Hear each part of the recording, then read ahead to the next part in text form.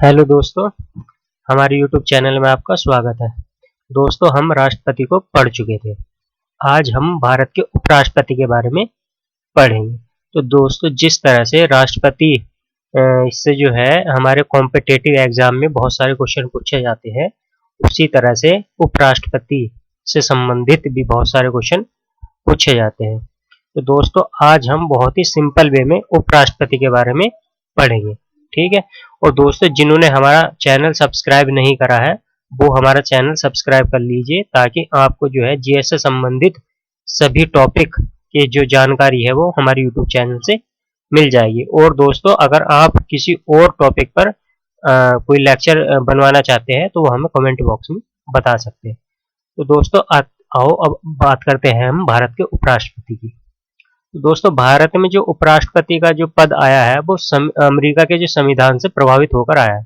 जैसे अमेरिका के संविधान में राष्ट्रपति, वाइस प्रेसिडेंट और प्रेसिडेंट का पद होता है, वैसे ही भारत में भी उपराष्ट्रपति और राष्ट्रपति का पद होता है। तो दोस्तों, भारतीय संविधान जो अन्य देशों के जो संविधान है उससे प्रभावित होकर बना है।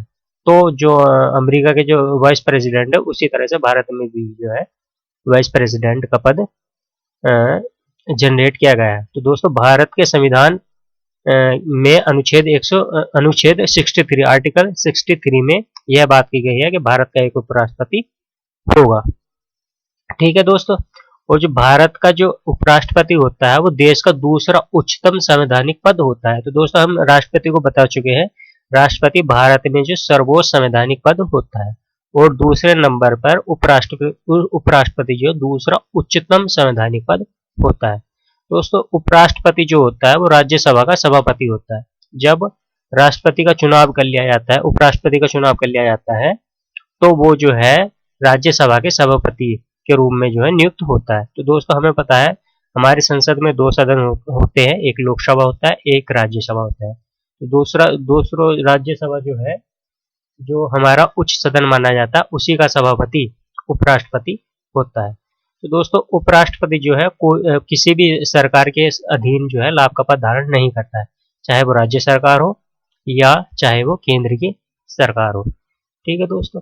अब बात आती है दोस्तों, जो हमारा उपराष्ट्रपति है ना, वो जो है अगर राष्ट्रपति की मृत्यु हो जाती है, राष्ट्रपति की मृत्यु हो जाती है, पद त्याग हो जाता है, या वो बर्खास्त हो जाता है, या अन्य कारणों से जो है राष्ट्रपति का पद अगर खाली हो जाता है, रिक्त हो जाता है, तो उस स्थिति में जो उपराष्ट्रपति होता है दोस्तों, वो राष्ट्रपति के रूप में कार्य करता है। कहने का मतलब यही है कि किसी वजह से अगर राष्ट्रपति का पद खाली हो गया, उसकी मृत्यु हो गई, या उसने त्याग पत्र दे दिया है, या उसके खिलाफ जो महाअभियोग प्रस्ताव आ गया है, तो दोस्तों उस अवधि के लिए उपराष्ट्रपति ही राष्ट्रपति के रूप में कार्य करता है। तो दोस्तों, जिस अवधि के लिए जो है उपराष्ट्रपति अगर राष्ट्रपति के रूप में कार्य करता है, तो उसे जो है, या राष्ट्रपति के कृत्यों का निर्वहन करता है, जो राष्ट्रपति के कृत्य है, जो कार्य है, उनका निर्वहन करता है, तो उस अवधि के दौरान जो है वो राज्यसभा का सभापति जो रहता है, वो पद रहता है, उसका पालन नहीं करता है। तो दोस्तों, हमें पता है कि उपराष्ट्रपति राज्यसभा का पदेन सभापति होता है। मतलब अगर उपराष्ट्रपति बन गया तो समझ लो वो राज्यसभा का सभापति बन गया। अगर किसी वजह से राष्ट्रपति की मृत्यु हो जाती है तो उपराष्ट्रपति राष्ट्रपति की तरह कार्य करता है। तो जब दोस्तों उपराष्ट्रपति राष्ट्रपति की तरह कार्य करता है, तो जो वो उसे राज्यसभा का सभापति बनाया जाता है, उसके कृत्यों का जो निर्वहन करता है, वो उसका पालन करना बंद कर देता है, ठीक है। तो दोस्तों, वह जो है राज्यसभा के सभापति का संदेह या किसी प्रकार के वेतन भत्ते का फिर हकदार नहीं रहता। मतलब जब वो राष्ट्रपति के रूप में कार्य करेगा, तो जो राज्य सभापति के रूप में जो उसे वेतन भत्ते मिलते हैं, वो उसका हकदार नहीं होगा। तो दोस्तों, उपराष्ट्रपति को जो वेतन और भत्ते मिलते हैं, वो उपराष्ट्रपति के पद से ना मिलकर राज्यसभा के सभापति के नाम से मिलते हैं, ठीक है। तो दोस्तों, इस अवधि के दौरान जो है, जब राष्ट्रपति उपराष्ट्रपति बन जाता है, तो उसे जो राष्ट्रपति की सभी शक्तियां प्राप्त हो जाती है, सभी उन्मुक्तियां मिल जाती हैं और सभी विशेषाधिकार प्राप्त हो जाते हैं। तो दोस्तों, ये उपराष्ट्रपति की जो है, अगर राष्ट्रपति का पद खाली हो गया है और उपराष्ट्रपति राष्ट्रपति की तरह कार्य करता है, तो उसे ये जो है राष्ट्रपति की जो सारी विशेषाधिकार है, शक्तियां है, उन्मुक्तियां है, वो सब उसे मिल जाती है, और वो जो राज्यसभा का सभापति है उसका हकदार नहीं रहता है। तो दोस्तों, ये जो है उपराष्ट्रपति की बेसिक हम बात कर रहे हैं। ठीक है, आर्टिकल 63 में उपराष्ट्रपति की बात की गई है और दूसरा सर्वोच्च संवैधानिक पद है। और ये कोई जो जब उपराष्ट्रपति जो कोई व्यक्ति होता है तो वो कोई भी लाभ का पद धारण नहीं करता। लाभ का पद मतलब जो राज्य सरकार या केंद्र सरकार के अंडर में जो कार्य होते हैं वो नहीं करता है, मतलब कोई सरकारी पद का इस्तेमाल नहीं करता है दोस्तों। ठीक है, और हम आगे भी बात करेंगे इस बारे में। अब आती है दोस्तों उपराष्ट्रपति का निर्वाचन। उपराष्ट्रपति का निर्वाचन मतलब उपराष्ट्रपति का जो इलेक्शन होता है वो कैसे होता है। तो पहले दोस्तों हमें यही बात जाननी है कि उपराष्ट्रपति का निर्वाचन होता है, ना कि नॉमिनेटेड होता है उपराष्ट्रपति। ठीक है, तो दोस्तों उपराष्ट्रपति का जो निर्वाचन होता है वो संसद के दोनों सदनों में, जब संसद के दोनों सदनों का मतलब राज्यसभा और लोकसभा के दोनों सदन जो है संयुक्त रूप से गुप्त मतदान के द्वारा जो है उपराष्ट्रपति का चुनाव करते हैं। ठीक है दोस्तों, तो इसमें जो है राष्ट्रपति और उपराष्ट्रपति के निर्वाचन में मुख्य अंतर ये है कि राष्ट्रपति के चुनाव में, प्रेसिडेंट के चुनाव में जो है राज्यसभा लोकसभा के निर्वाचित सदस्य होते हैं और राज्य विधानसभा के निर्वाचित सदस्य और दिल्ली और पांडिचेरी के विधानसभा के निर्वाचित सदस्य शामिल होते हैं। ठीक है, केवल निर्वाचित सदस्य ही शामिल होते हैं। वहीं उपराष्ट्रपति के जो निर्वाचन में जो है भाग जो लेते हैं वो दोस्तों संसद के दोनों सदन, उसमें निर्वाचित सदस्य भी होते हैं और नॉमिनेटेड जो सदस्य होते हैं वे भी इसमें जो है भाग लेते हैं। और दोस्तों इसका जो चुनाव जो होता है वो गुप्त मतदान के द्वारा होता है, और जो है जो राष्ट्रपति का चुनाव होता है वो भी गुप्त मतदान के द्वारा होता है और एकल हस्तांतरणीय मतदान के द्वारा होता है। ये दोनों सेम है राष्ट्रपति और उपराष्ट्रपति में। तो उपराष्ट्रपति का चुनाव गुप्त मतदान के द्वारा होगा और दोनों सदन इसमें भाग लेते हैं और एकल हस्तांतरणीय मतदान होता है, सिंगल ट्रांसफरेबल वोट द्वारा होता है। सिंगल ट्रांसफरेबल वोट का मतलब एक प्रायिकता दे दी जाती है। मान लिया 4 कैंडिडेट है तो चारों को जो है नंबर 1 नंबर 2 पर जो है वो प्रेफरेंस दे दी जाती है। ठीक है, फिर दोस्तों अगर भारत का राष्ट्रपति बनना है, उपराष्ट्रपति बनना है तो उसके लिए कुछ योग्यताएं भी निर्धारित की गई है। अगर कोई व्यक्ति उन योग्यताओं को पूरा नहीं करता तो वो राष्ट्रपति के चुनाव लड़ने के लिए एलिजिबल नहीं होगा। तो दोस्तों जो उपराष्ट्रपति के पद के लिए जो निर्वाचित होना चाहता है उसके लिए जो योग्यता है वो इस प्रकार है, वह भारत का नागरिक होना चाहिए। ठीक है दोस्तों, अगर उपराष्ट्रपति का चुनाव लड़ना है तो भारत का नागरिक होना चाहिए। फिर उसकी उम्र भी जो है, उसकी आयु जो है 35 वर्ष की हो जानी चाहिए। मतलब अगर उसने 35 वर्ष पूरे कर लिए हैं तब वो उपराष्ट्रपति का चुनाव लड़ सकता है। ठीक है दोस्तों, फिर दोस्तों हमने देखा था राष्ट्रपति में भी जो है, राष्ट्रपति के चुनाव में भी जो है भारत का नागरिक होना चाहिए और 35 वर्ष की आयु पूरी कर लेनी चाहिए।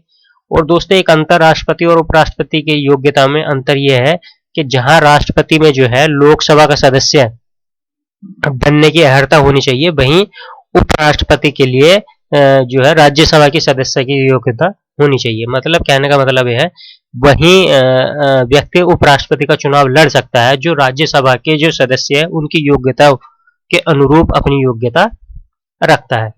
फिर दोस्तों एक बात और है, कोई भी जो व्यक्ति है अगर उपराष्ट्रपति का चुनाव लड़ रहा है तो वो भारत सरकार या राज्य सरकार के अधीन, जो हमने पहले भी बता दिया है, के अधीन जो किसी स्थानीय या किसी स्थानीय या अन्य अधिकारी के अधीन कोई लाभ का पद धारण नहीं करता हो। ठीक है दोस्तों, वो लाभ का पद मतलब जो सरकार के अंदर जो वेतन मान लेता है वो लाभ का पद माना जाता है। मगर दोस्तों राष्ट्रपति और संघ के मंत्री जो मंत्री होते हैं या राज्यपाल होता है या राज्यों के जो मंत्री होते हैं उन्हें लाभ का पद धारण किए हुए नहीं समझाता, मतलब उन्हें जो है लाभ का पद नहीं माना जाता। तो निर्वाचन के लिए हमें पता चल गया है संसद के दोनों सदन इसके जो मतदान करते हैं और इनकी योग्यताएं जो है, अगर राष्ट्रपति का चुनाव लड़ना है तो भारत का नागरिक होना चाहिए, 35 वर्ष की आयु पूरी कर चुका हो, राज्यसभा की सदस्यता के अनुरूप इसकी योग्यता हो और किसी भी लाभ का पद को धारण नहीं करता हो। तो दोस्तों इसका अब हम बात करते हैं उपराष्ट्रपति का कार्यकाल या पदावधि कितनी होती है। तो दोस्तों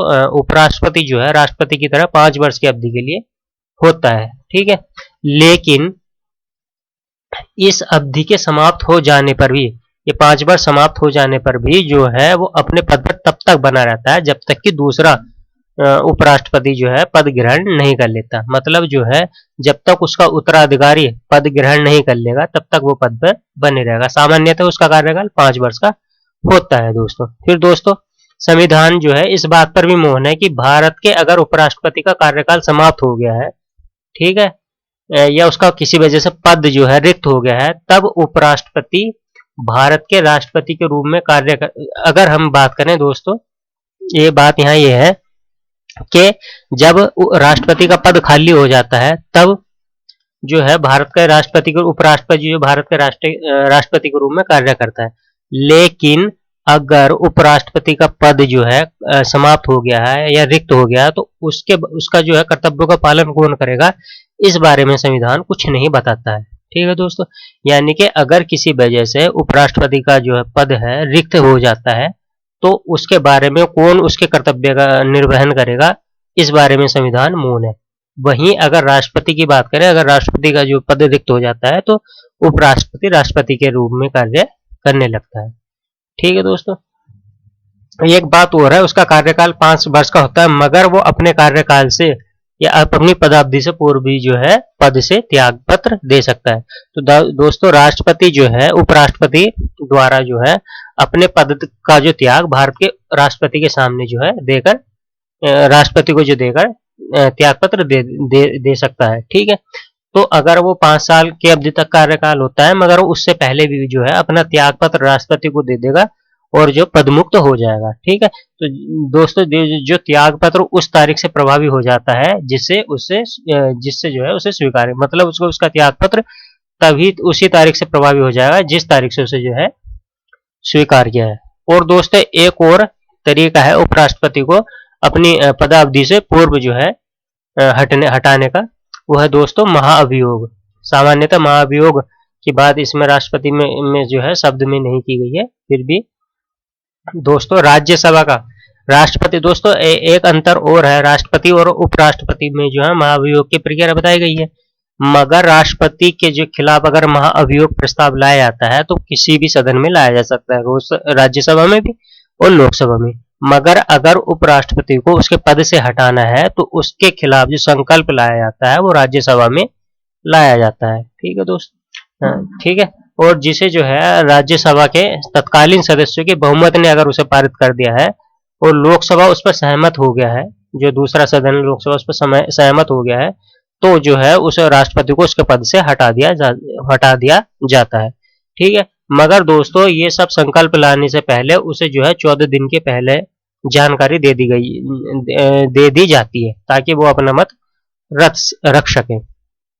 तो दोस्तों, हमने इसमें पढ़ा है कि राष्ट्रपति का जो क्वेश्चन पूछा जाता है कि भाई उपराष्ट्रपति का कार्यकाल क्या है, तो हम बता देंगे भाई 5 वर्ष का होता है। ठीक है, इसमें हमने यही पढ़ा है। ठीक है, और जो दोस्तों वो तब तक पद पर बना रहता है जब तक कि उसका उत्तराधिकारी नहीं आ जाता।